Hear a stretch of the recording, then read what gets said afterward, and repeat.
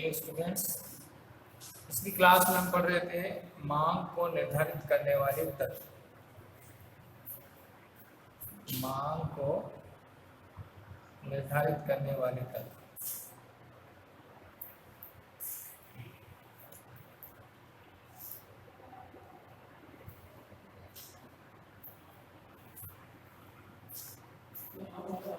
नए बात निर्धारित करने वाले तत्व, उसमें हमने पढ़ा था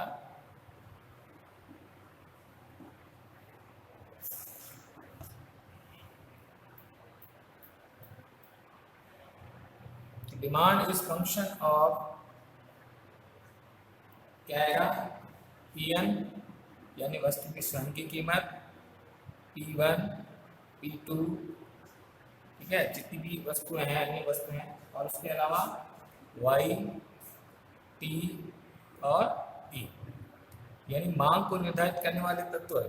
डिमांड यानी मांग जो है किसका फलन है, Pn यानी वस्तु की स्वयं की कीमत, अन्य वस्तुओं की कीमतें P1 और P2 क्या हो गई, अन्य वस्तुओं की कीमतें, Y क्या हो गई, उपभोक्ता की, I T क्या हो गई, रुचि, फैशन और अधिमान, और E क्या हो गई, एक्सपेक्टेशन यानी जो है भावी प्रत्याशा, कीमत की भावी प्रत्याशा।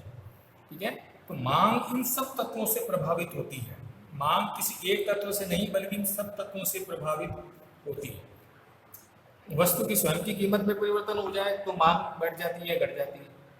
अन्य वस्तुओं की कीमतों में परिवर्तन हो जाए, जैसे पूरक वस्तु या प्रतिस्थापन वस्तु, तो मांग में परिवर्तन हो जाता है। उपभोक्ता की आय में बदलाव हो जाए, आय घट जाए या बढ़ जाए तो मांग में परिवर्तन हो जाता है। टेस्ट उपभोक्ता का जो रुचि है, फैशन है या डिमांड में परिवर्तन हो जाए तो मांग बदल जाती है। और उपभोक्ता की जो कीमत, भावी कीमत प्रत्याशाएं हैं, यानी भविष्य में अगर कीमत बढ़ने की या घटने की आशा हो तो वर्तमान मांग जो है वो परिवर्तित हो जाती है। ठीक है, तो इन चीजों को आप ध्यान रखना है कि मांग जो है वो किन किन तत्वों से निर्धारित होती है।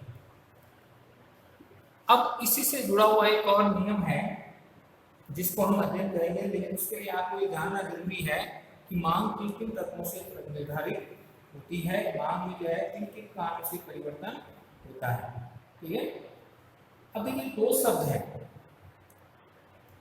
उन शब्दों को आपको याद रखना है कि अगर आपके ये समीकरण आपके है, आपको पता है कि मांग इन तत्वों से प्रभावित होती है, तो आपको जो है ये दो चीजों में परिवर्तन आपको आसानी से समझ में आ जाएगा। ठीक है, क्या है,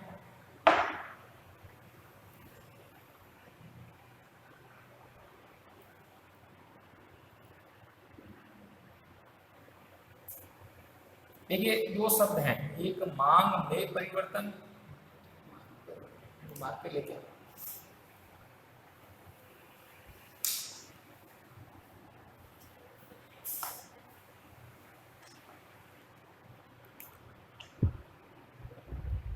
तो मांग जो है वो किस किस का फलन है, वस्तु की स्वयं की कीमत, अन्य वस्तुओं की कीमतें, उपभोक्ता की आय, रुचि, फैशन, और उपभोक्ता जो है वस्तु की कीमत की जो भावी प्रत्याशाएं, इन सब तत्वों से मांग प्रभावित होती है या मांग जो है वो निर्धारित करने वाले तत्व हैं। ठीक है, तो अगर आपको ध्यान रखना है कि मांग केवल एक तत्व से प्रभावित नहीं होती है, मांग कई तत्वों से प्रभावित होती है, कई तत्वों से निर्धारित होती है। ठीक है, इसी से जुड़ा हुआ एक और नियम है, दो शब्द आपके दिमाग में होने चाहिए, दो शब्दों से प्रश्न आता है, इसका 2 नंबर का है, 3 नंबर का। एक है मांग में परिवर्तन, मांग में परिवर्तन,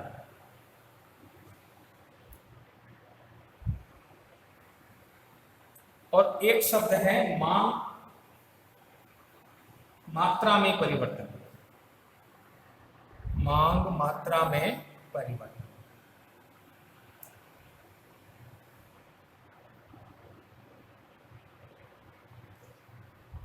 ठीक है, देखिए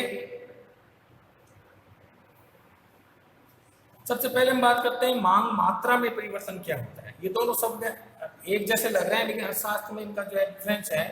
मांग मात्रा में परिवर्तन,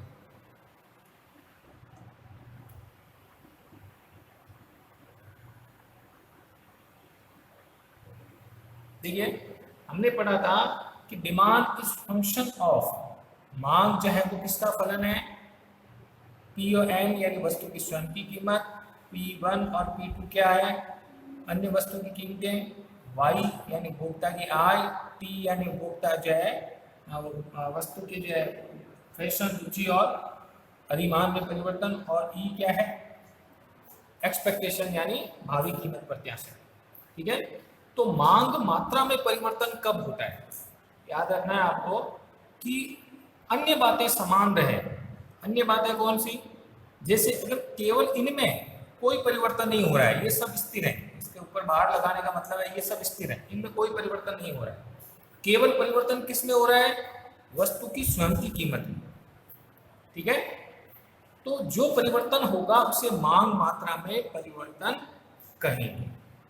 इसका मतलब क्या हो गया, इसका अर्थ क्या है, मांग मात्रा में परिवर्तन का अर्थ क्या है कि अन्य बातों को स्थिर रखते हुए, अन्य बातों यानी बातों कह दो, अन्य तत्वों को कह दो, को स्थिर रखते हुए, अन्य बातें स्थिर हो और केवल किसमें परिवर्तन हो रहा है, वस्तु की स्वयं की कीमत में, वस्तु की स्वयं की कीमत में परिवर्तन हो रहा है।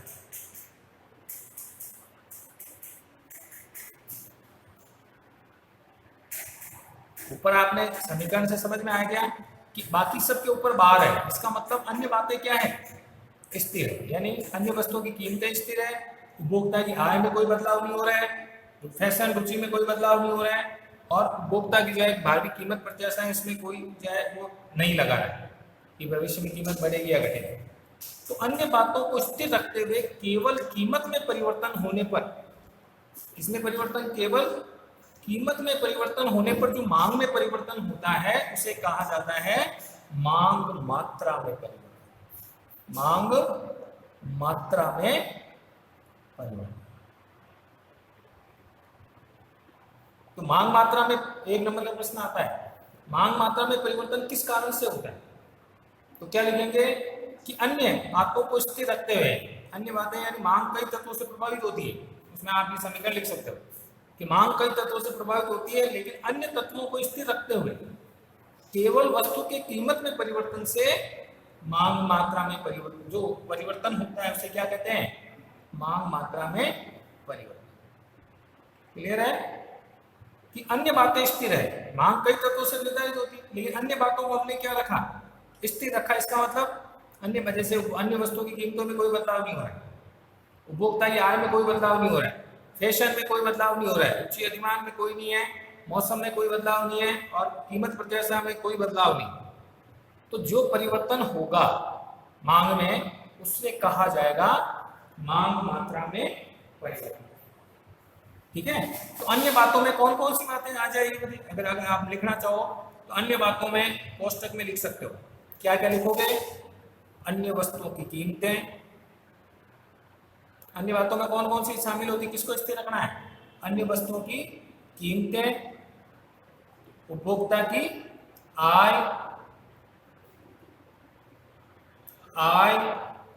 रुचि, फैशन, अधिमान, ये सब ई में इसमें आ जाएगा, तीन है, अधिमान और भावी कीमत प्रत्याशाएं, भावी कीमत प्रत्याशाएं, ये सब क्या है, स्थिर है। ठीक है, अन्य बातों यानी को स्थिर रखते हुए, अन्य बातों को क्या रखना है, स्थिर रखना है, स्थिर रखते हुए केवल कीमत में परिवर्तन से, केवल किसमें परिवर्तन, कीमत में परिवर्तन से जो मांग में परिवर्तन होता है उसे कहा जाता है मांग मात्रा में परिवर्तन। तो आप इसको कर सकते हो, बाकी सबको डैश कर दो।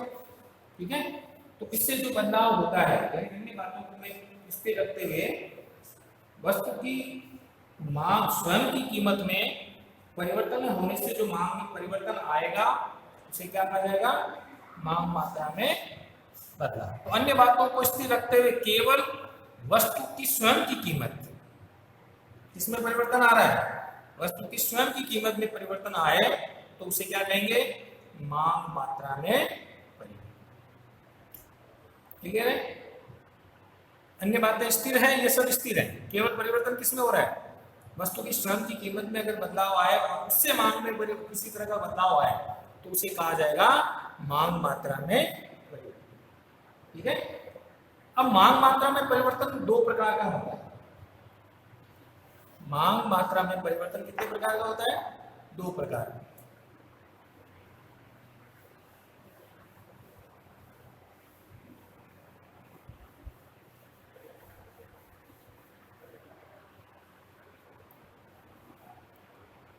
देखिए, मांग मात्रा में परिवर्तन दो प्रकार का होता है। मांग मात्रा में परिवर्तन के प्रकार, मांग मात्रा में दो प्रकार का परिवर्तन होता है। एक को कहा जाता है मांग का विस्तार, मांग का विस्तार, और दूसरे को कहा जाता है मांग का संकुचन। मांग का संकुचन बहुत इंपॉर्टेंट टॉपिक है, याद रखना है आपको। यहाँ तक क्लियर चीज समझ में आ गई कि मांग कई तत्वों से परिवर्तित होता है। अब मांग मात्रा में परिवर्तन कब होता है? केवल अन्य बातों को स्थिर रखते हुए केवल वस्तु की स्वयं की कीमत में परिवर्तन से मांग में जो बदलाव होता है उसे कहा जाता है मांग मात्रा में परिवर्तन। और मांग मात्रा में परिवर्तन कितने प्रकार का होता है? दो प्रकार। कौन सा? मांग का विस्तार और दूसरा मांग का संकुचन। ठीक है? इन दोनों को हम अध्ययन करेंगे कि मांग मात्रा में यानी कीमत, खुद की कीमत में बदलाव हो रहा है, बाकी तो अन्य बातें स्थिर है, तो उसे मांग मात्रा में परिवर्तन कहा जाएगा। और मांग मात्रा में परिवर्तन दो प्रकार का होता है, मांग का विस्तार और मांग का संकुचन। अब पहले अध्ययन करते हैं अपन मांग का विस्तार। मांग का विस्तार,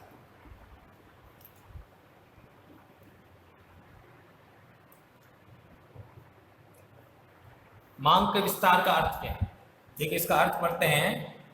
सीधा सा अर्थ है कि अन्य बातों को स्थिर रखते हुए वस्तु की स्वयं की कीमत, वस्तु की स्वयं की कीमत में कमी, कीमत में खुद में कब क्या हो रही है? वस्तु स्वयं की कीमत में कमी होगी तो मांग क्या होगी? बढ़ेगी। वस्तु की खुद की कीमत घट रही है तो उससे उपभोक्ता मांग अधिक करेगा। तो वस्तु की स्वयं की कीमत में कमी से जो मांग में वृद्धि होती है, मांग में वृद्धि होती है, उसे क्या कहा जाएगा? मांग का विस्तार। इसको डायग्राम से समझते हैं अपन कि मांग के विस्तार को जो है डायग्राम से समझते हैं। ये होगी OX, यहां पर हमने ली मांग मात्रा,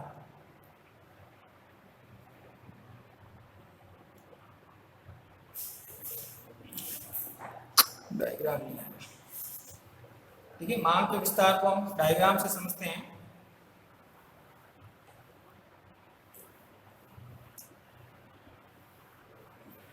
मांग मात्रा में परिवर्तन दो प्रकार का होता है, एक मांग का विस्तार और दूसरा मांग का संकुचन।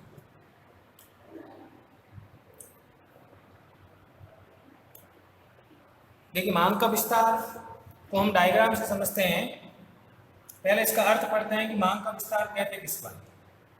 ठीक है? अर्थ क्या होगा कि अन्य बातों को स्थिर रखते हुए, अन्य बातें क्या है? स्थिर। अन्य बातें स्थिर रखते हुए वस्तु की स्वयं की कीमत, वस्तु की बदलाव किसमें हो रहा है? स्वयं की कीमत में क्या हो रहा है? कमी हो रही है। कीमत में कमी से जो है मांग बढ़ जाएगी, उसको क्या कहा जाएगा? मांग का विस्तार। ठीक है? तो हम इसको डायग्राम से समझते हैं। देखिए, ये मांग वक्र है, विपरीत संबंध है, ये वस्तु की स्वयं की प्रारंभिक कीमत है। ये वस्तु की ओपी क्या है? वस्तु की कीमत, स्वयं की कीमत। और ओक्यू क्या है? वस्तु की मात्रा। ये है मांग मात्रा। और वो OY पे क्या लिया हमने? वस्तु की कीमत। इधर ली हमने कीमत। वस्तु की प्रारंभिक कीमत क्या है? ओपी। ठीक है, तो प्रारंभिक मात्रा ओपी कीमत पर उपभोक्ता कितनी मात्रा करता है, कितनी मात्रा का प्रयोग करता है? ओक्यू। ठीक है, अब मांग का विस्तार कब होगा? जब कीमत में क्या होनी चाहिए? कमी। तो अगर कीमत में, अर्थ क्या लिखा? अन्य बातें स्थिर रह रहे, अन्य बातें स्थिर रही है, तो वस्तु की स्वयं की कीमत में कमी से जो मांग बढ़ेगी तो कीमत क्या हो रही है? कम हो। ओपी से घट करके ओपी जीरो रह जाती है, तो मांग में जो है क्या हो रही है? वृद्धि। O Q zero. कीमत में तो क्या हो रही है? कमी। और मांग में क्या हो रही है? वृद्धि। किसकी वजह से? वस्तु की स्वयं की कीमत में कम किस में हो रही है? स्वयं की कीमत। तो पहले मांग कितनी थी? ये थी, इसको हमने नाम दे दिया ए। अब मांग, उसी मांग वक्र पर मांग कहां से कहां पर आ गई? ए से बी, इस बिंदु में, यानी ए से बी पर आ गई। तो ये जो है ए से बी पर आना, उसी वक्र का ए से बी पर आना, नीचे की ओर खिसकना, क्या कहलाएगा? मांग का विस्तार। ये मांग का विस्तार। तो मांग का विस्तार एक नंबर का, एक लाइन का पूछे तो क्या किस वजह से होता है? वस्तु की स्वयं की कीमत में कमी से। मांग का विस्तार हमेशा किस कारण से होता है? अन्य बातें स्थिर है, वस्तु की स्वयं की कीमत में कमी से जो मांग बढ़ेगी उसे क्या कहा जाएगा? मांग का विस्तार। ध्यान रखना, क्लियर कर लेना कि देखिए इसमें डायग्राम में कंफ्यूजन हो सकता है। तो मांग का विस्तार आपको ये याद रखना है कि मांग का विस्तार कब होता है? जब अन्य बातें स्थिर रहे, वस्तु की स्वयं की कीमत में क्या हो? कमी। तो जो मांग बढ़ेगी, कीमत में कमी होने से उपभोक्ता अधिक मांग करेगा, तो जो मांग बढ़ेगी उसे क्या कहा जाएगा? मांग का विस्तार। तो मांग वक्र जो है ए से खिसक करके कहाँ आ जाएगा? नीचे की ओर बी पर आ जाएगा। तो ये किसका है? ये क्या प्रदर्शित करता है? ए से बी पर आना, मांग का विस्तार।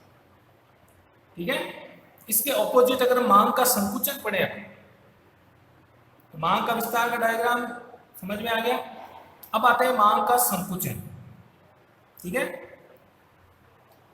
इन दोनों डायग्रामों को हम एक साथ ही बना सकते हैं। ठीक है, तो मांग का विस्तार आपके समझ में आ गया। अब बात करते हैं मांग का संकुचन।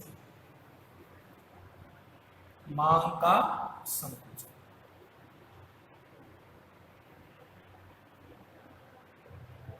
अर्थ क्या होगा?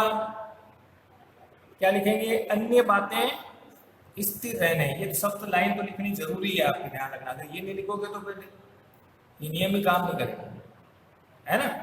क्योंकि उपभोक्ता की आय बदल गई, रुचि फैशन बदल गई, तो ये नियम काम करेगा क्या?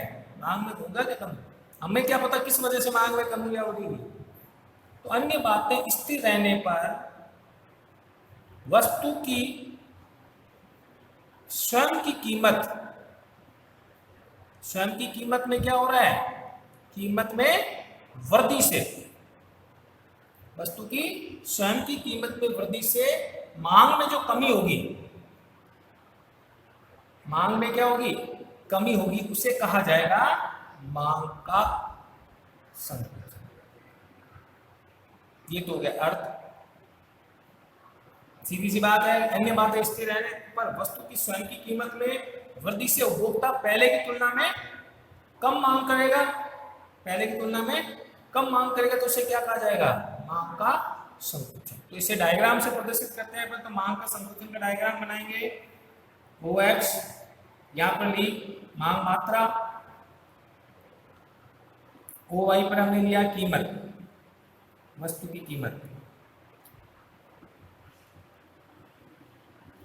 प्रारंभिक कीमत क्या है? ये आपने डी ले लिया मांग वक्र। ये वस्तु की प्रारंभिक कीमत क्या है? ओपी। प्रारंभिक मांग मात्रा क्या है? ओक्यू। ठीक है, तो मांग का विस्तार संकुचन कब होता है? कीमत में कमी की वजह से, सॉरी, कीमत में वृद्धि की वजह से। तो कीमत बढ़ करके, पी से बढ़ करके कीमत क्या हो रही है? P1 हो जाती है। तो इससे पहले की तुलना में उपभोक्ता मांग OQ से घटा करके क्या करने लगेगा? OQ1। कीमत में क्या हो रही है? वृद्धि हो रही है। और मांग में पहले की तुलना में उपभोक्ता कम मांग करने लगेगा। तो इसका मतलब पहले प्रारंभ में एक बिंदु था, या प्रारंभिक मांग कितनी थी? डीडी मांग पर मांग कितनी थी? ए। और अब मांग घट करके क्या होगी? बी। तो मांग जो है पहले की तुलना में कम होगी, उसे क्या कहा जाएगा? मांग का। तो एक नंबर का लाइन का प्रश्न पूछे कि मांग का संकुचन कब होता है? अन्य बातें स्थिर रहने पर वस्तु की स्वयं की कीमत में वृद्धि से जो उपभोक्ता पहले की तुलना में कम मांग करने लगेगा, उसे क्या कहा जाएगा? मांग का संकुचन। तो ए से बी बिंदु पर क्या है? ये कहलाएगा मांग का। तो मांग का संकुचन या विस्तार किस वजह से होता है? वस्तु की स्वयं की कीमत में कमी या वृद्धि से। स्वयं की कीमत में वृद्धि से मांग का क्या होगा? संकुचन होगा। स्वयं की कीमत में कमी से क्या होगा? मांग का विस्तार। ठीक है, इन दोनों डायग्रामों विस्तार और संकुचन समझ में आ गया आपके? अब इन दोनों डायग्रामों को एक साथ अगर बनाए अपन तो किस तरह बनेगा?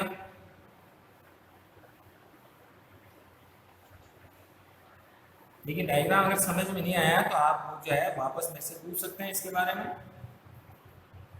ठीक है, अब हम विस्तार और संकुचन को एक साथ बनाते हैं। ओ एक्स पे हमने ली मांग मात्रा। ठीक है, ओ आई के लिए हमने कीमत। ठीक है, ये मांग वक्र है डी बी।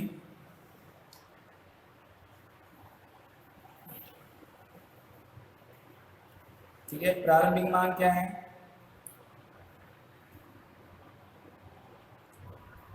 ओपी। प्रारंभिक मात्रा कितनी है? ओक्यू। ठीक है, अब मांग के विस्तार को प्रदर्शित करते हैं। तो कीमत पहले की तुलना में मांग का विस्तार कब होता है? कीमत में कमी के कारण, वस्तु की स्वयं की कीमत में कमी से। तो स्वयं की कीमत में कमी जो है पी से घट करके कीमत क्या हो जाती है? पी जीरो हो जाती है। ठीक है, ये बिंदु प्रारंभिक मांग वक्र। तो मांग पहले की तुलना में बढ़ जाती है, कितनी हो जाती है? O Q one. कीमत में क्या हो रही है? कमी हो रही है। और मांग में क्या हो रही है? पहले की तुलना में अधिक हो रही है। तो इससे क्या कहा जाएगा? ए से बी पर जो है ये कहलाएगा मांग का विस्तार। मांग का विस्तार। ठीक है, ये रेखा चित्र किसका है? मांग का विस्तार। ठीक है, इसी प्रकार मांग में कमी को संकुचन को दर्शाते हैं। प्रारंभिक मांग क्या है? ओपी। और प्रारंभिक कीमत है ओपी और प्रारंभिक मांग क्या है? ओक्यू। संकुचन किस वजह से होता है? कीमत में वृद्धि की वजह से। कीमत बढ़ करके OP1 हो जाती है। कीमत क्या हो रही है? OP से बढ़ के OP1 हो रही है। तो मांग पहले की तुलना में उपभोक्ता कम मांग करेगा, तो मांग घट करके क्या हो जाती है? OQ1। तो ये पहले प्रारंभिक मांग है ए, और अब फिर बाद में क्या हो गया? उसी बिंदु पर मांग जो है खिसक करके ये ऊपर की ओर खिसकेगा, ये नीचे की ओर खिसकना कहलाता है। इसको इंग्लिश में कहते हैं शिफ्ट। मांग का शिफ्ट क्या बोलते हैं? शिफ्ट। इंग्लिश में क्या बोलते हैं? शिफ्ट। तो शिफ्ट किधर हो रहा है? मांग के विस्तार में शिफ्ट किधर होता है? नीचे की ओर। मांग के विस्तार में मांग के विस्तार में शिफ्ट किधर होता है? नीचे की ओर। मांग के कम जो है संकुचन में शिफ्ट किधर होता है? ऊपर की ओर। तो ये ए से बी बिंदु पर जो शिफ्ट हो रहा है, ए से बी पर, ये कहलाएगा मांग का संकुचन। तो ए से बी पर मांग शिफ्ट हो जाती है, ये कहलाएगा ए से बी पर शिफ्ट होना। ये क्या कहलाएगा? मांग का विस्तार। तो रेखा चित्र ए बी पहला रेखा चित्र क्या है? मांग के विस्तार का। दूसरा रेखा चित्र क्या है? मांग का संकुचन।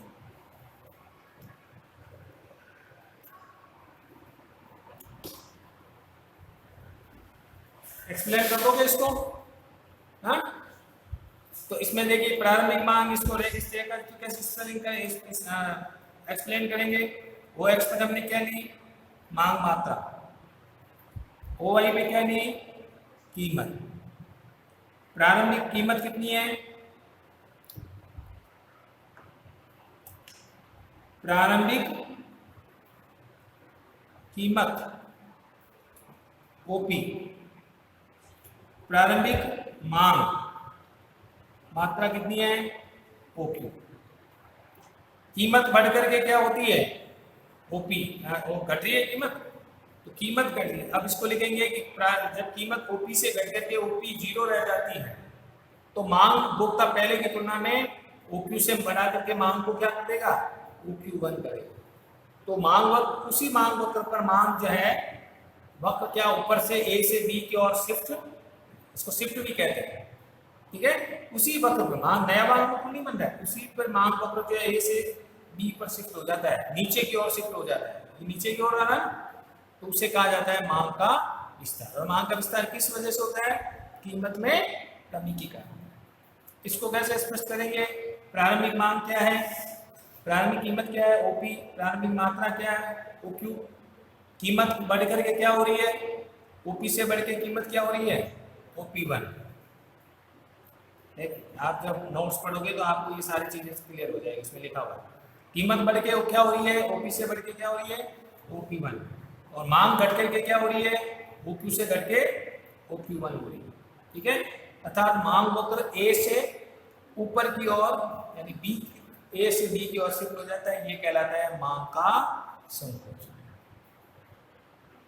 क्लियर है भाई, समझ में आ गया, ठीक है। तो सबसे पहले हमने पढ़ा था मांग मात्रा में परिवर्तन। मांग मात्रा में परिवर्तन कहते किसको है, अन्य बातें समान रहने पर Pn, P1, P2, Y, T और E, ये सब मांग को निर्धारित करने वाले तत्व हैं, ठीक है। और मांग मात्रा में परिवर्तन किसको कहते हैं, अगर पूछा जाए मांग मात्रा में परिवर्तन से आप क्या समझते हैं, तो अन्य बातें स्थिर रहने पर वस्तु की स्वयं की कीमत में परिवर्तन से जो मांग में परिवर्तन आएगा, परिवर्तन किस में आ रहा है, वस्तु की स्वयं की कीमत, स्वयं की कीमत के परिवर्तन से जो मांग में परिवर्तन आएगा उसे कहा जाएगा मांग मात्रा में परिवर्तन।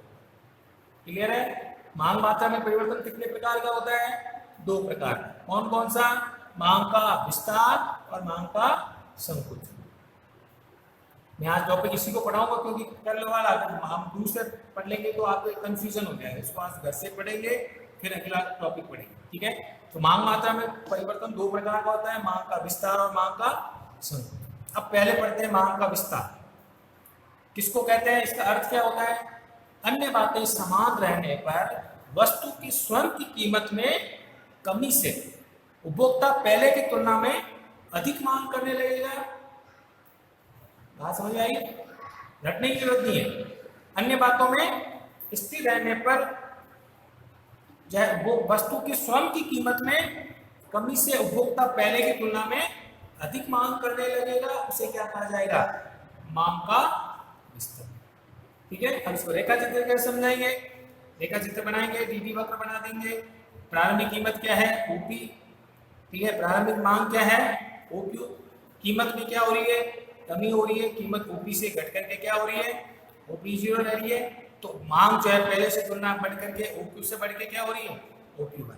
तो मांग वक्त उसी मांग पर मांग जो है ऊपर से नीचे की ओर शिफ्ट हो जाता है, ये शिफ्ट कहलाएगा, ये क्या कहलाएगा, शिफ्ट, ठीक है। उसी पर नीचे शिफ्ट की ओर शिफ्ट हो जाएगा, तो ये ए से बी पर का शिफ्ट होना क्या कहलाएगा, मांग का विस्तार। और मांग का विस्तार किस लिए होता है, कीमत में कमी से, वस्तु की स्वयं की कीमत में। फिर हमने पढ़ा मांग का संकुचन किसको कहते हैं, हमने अर्थ पढ़ा इसका, अन्य बातें समान रहने पर वस्तु की स्वयं की कीमत में वृद्धि से उपभोक्ता पहले की तुलना में कम मांग करने लगेगा, जिसे क्या कहा जाएगा, मांग का संकुचन। ये तो इसकी परिभाषा है। अब डायग्राम बनाएंगे, तो प्रारंभिक मांग क्या है, प्रारंभिक कीमत क्या है, ओपी, प्रारंभिक मांग क्या है, ओपी, कीमत क्या हो रही है, बढ़ रही है, कितनी हो रही है, ओपी से बढ़ के क्या हो रही है, OP1। तो मांग क्या हो रही है पहले की तुलना में, प्रारंभिक मांग क्या है, OQ, और OQ से घट के क्या हो रही है, OQ1। तो ये जो संकुच यानी मांग वक्र जो है इधर शिफ्ट हो जाएगा ए से बी की ओर, तो ए से बी की ओर शिफ्ट होने का क्या कहलाएगा, मांग का संकुचन, ठीक है। तो मांग का संकुचन इसे कहा जाता है। अब आपको आज का जो है होमवर्क में काम करना है और मेरे को नोट्स में वापस लिख के देना है, इसका रिटर्न जवाब देना है। अगर आपने नहीं दिया तो फिर मैं आप कल नया टॉपिक शुरू नहीं कराऊंगा, कल हम मांग में परिवर्तन को पढ़ेंगे। आज पढ़ा मांग मात्रा में परिवर्तन, कल हम, क्योंकि दोनों रिलेटेड टॉपिक है, दोनों के डायग्राम रिलेटेड है, ठीक है। तो अगर आपने इसका जवाब नहीं दिया तो मैं नेक्स्ट क्लास में अगला टॉपिक नहीं पढ़ूंगा। तो आज हमने पढ़ा मांग मात्रा में परिवर्तन, ठीक है। आज इसको करके लेना और नोट्स जो है घर पे आप इसको नोट्स को अच्छी तरह पढ़ लेना, ताकि ये दोनों टॉपिक आपके 100% क्लियर हो जाएंगे। इसमें रटने की वाली कोई बात नहीं है, ठीक है। तो आप इसको ढंग से कर लेंगे। धन्यवाद।